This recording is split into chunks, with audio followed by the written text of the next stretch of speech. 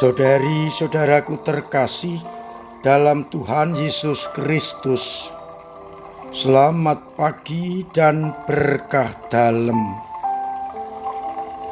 Kita bertemu kembali dalam renungan harian Jumat 17 Oktober 2025. Hari ini gereja memperingati Santo Ignatius dari Antioquia, uskup dan martir yang hidup pada abad pertama sampai awal abad kedua. Ia adalah murid Santo Yohanes Rasul dan pengarang Injil.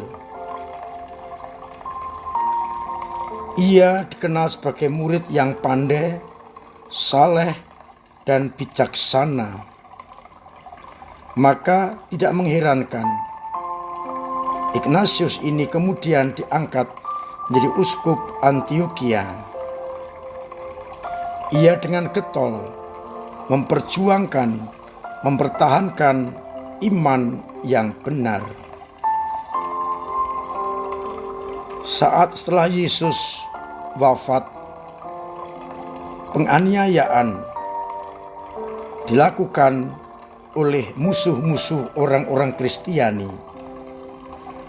Dan pada masa itu, masa Ignatius hidup, umat Kristen dikejar-kejar dan dianiaya oleh kaki tangan Kaisar Trajanus.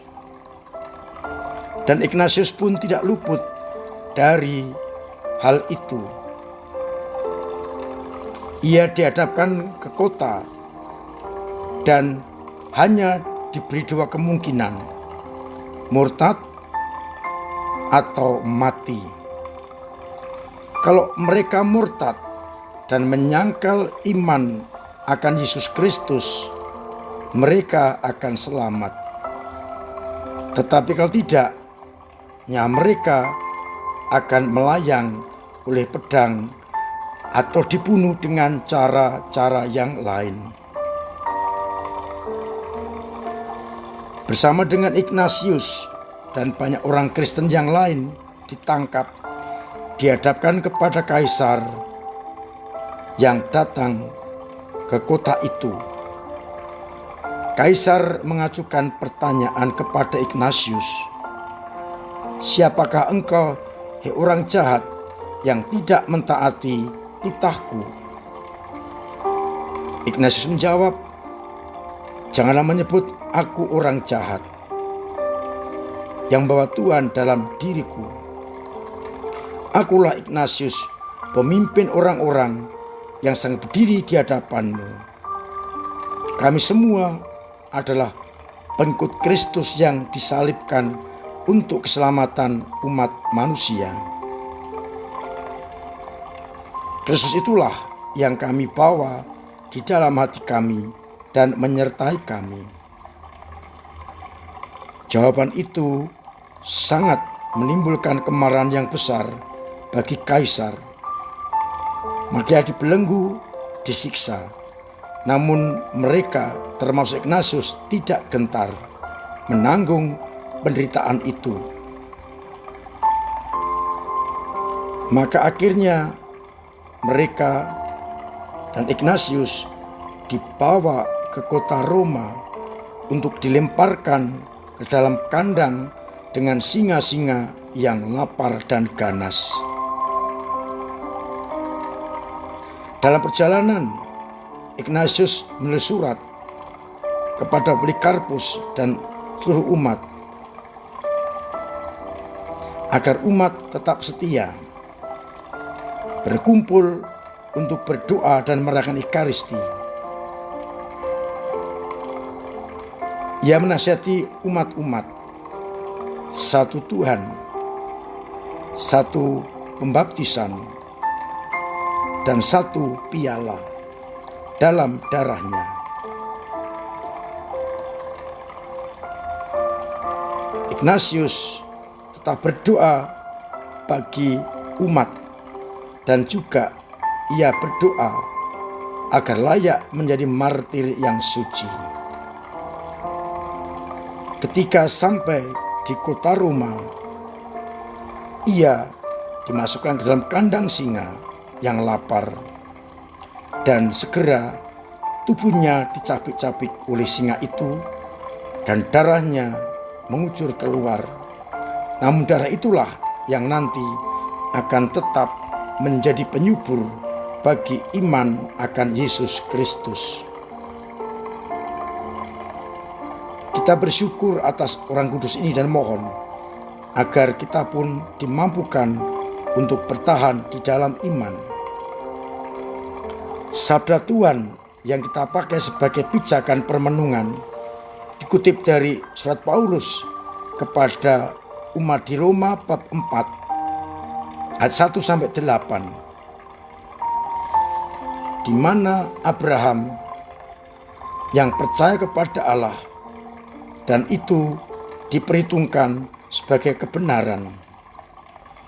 Ia benar-benar hanya mengandalkan Allah.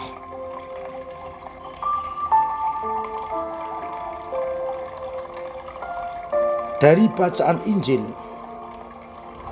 yang dikutip dari Injil Lukas bab 12 ayat 1-7, Yesus mengajar banyak orang untuk taat dan takut kepada Dia yang selain membunuh tubuh juga bisa melemparkan ke dalam api yang menyala-nyala, ke dalam api neraka. Karena Dia yang berkuasa itu akan membawa kepada hidup yang kekal bila mereka sungguh-sungguh percaya. Kita lebih berharga daripada burung pipit yang dijual 5 ekor 2 duit. Tetapi kita lebih berharga dari burung itu. Maka janganlah takut, karena kita tetap akan dikasihi kalau kita setia.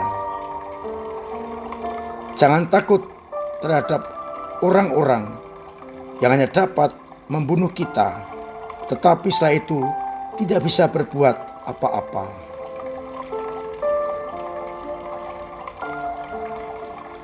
Oleh karena itu, kita diajak dan diingatkan agar kita tetap setia di dalam iman.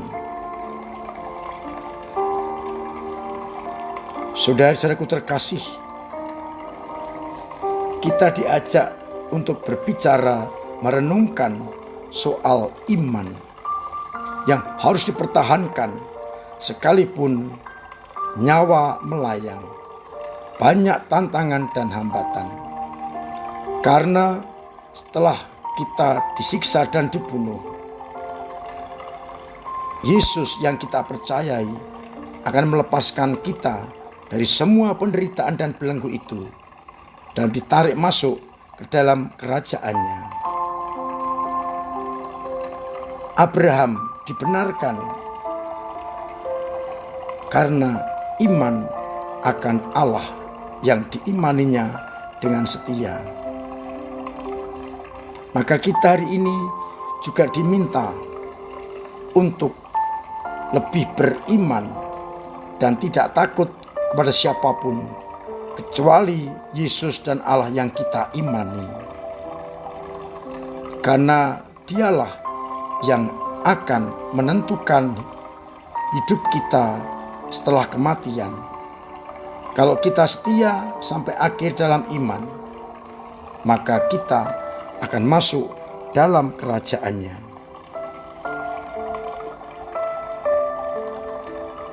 Persoalannya adalah bagaimana kita menghidupi iman itu. Iman harus kita ungkapkan di dalam hal-hal rohani, doa-doa, ekaristi, ibadat, dan kita wujud nyatakan di dalam hidup yang konkret, sekalipun banyak tantangan, kesulitan menghadang, bahkan kematian. Namun kematian bagi orang beriman adalah pintu gerbang menuju kepada keselamatan yang kekal.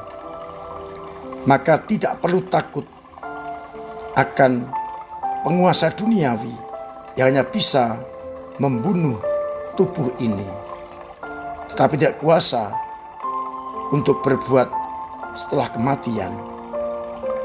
Kristus yang kita imani selain akan memanggil kita dalam kematian, juga akan mampu menempatkan kita kepada hidup yang kekal. Oleh karena itu kita bertanya, bagaimana kita ini hidup beriman dengan benar, mengungkapkannya dengan kedalaman hati, dan wujud nyatakannya sebagai bentuk bahwa kita ini adalah anak-anak Allah, sahabat-sahabat Yesus Kristus. Memang tidak mudah, namun harus kita perjuangkan, kita hidupi, agar kelak kita mendapatkan jaminan keselamatan, hidup kekal bersama Allah di dalam kerajaan surga. Mari kita lihat, kita hayati kembali iman kita dengan penghayatan yang benar, agar akhirnya iman inilah yang membuat kita dibenarkan dan akhirnya diselamatkan. Tuhan memberkati kita sekalian. Amin. Marilah kita berdoa. Bapa yang penuh kasih, kami bersyukur atas kesempatan mendengarkan sabda-Mu yang meneguhkan iman kami, yang menguatkan kepercayaan kami kepadamu, yang menjadi pegangan hidup kami, dan kami dibenarkan untuk mendapatkan keselamatan. Biarlah kami semakin beriman untuk hidup yang kekal. Kuatkan iman kami yang kadang lemah, kadang jatuh, kadang mandek, bahkan kadang hilang karena tantangan dunia. Semoga Engkau menguatkan kami, sehingga iman itu bertumbuh, berkembang, dan tangguh. Semoga umat-Mu yang sakit Engkau sembuhkan, yang punya beban berat Engkau ringankan, yang punya persoalan Engkau bantu mengurai, yang kesulitan ekonomi Engkau bantu usahanya agar menopang hidup mereka.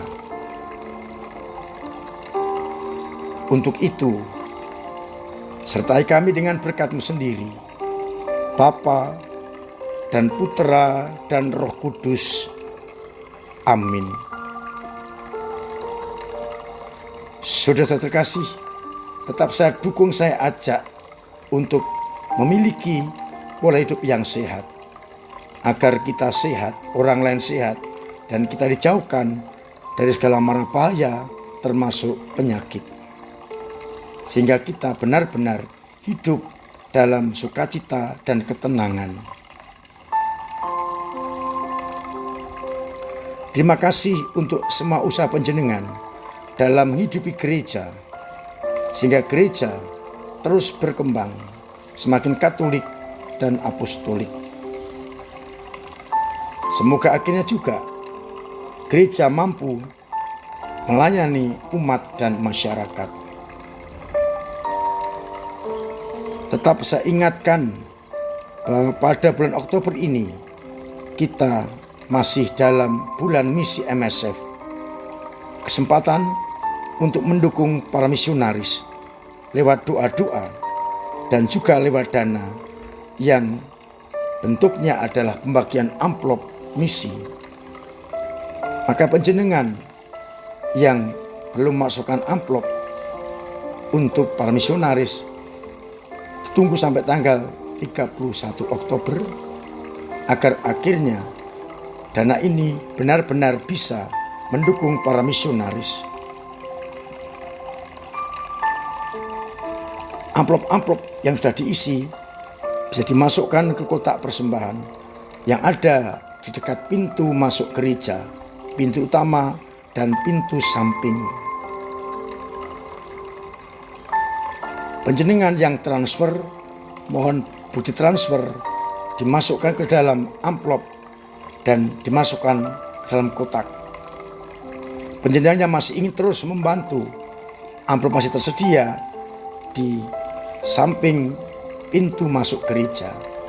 Saya berharap semakin banyak yang tergerak hati untuk membantu para misionaris, sehingga hasil kita akan semakin meningkat.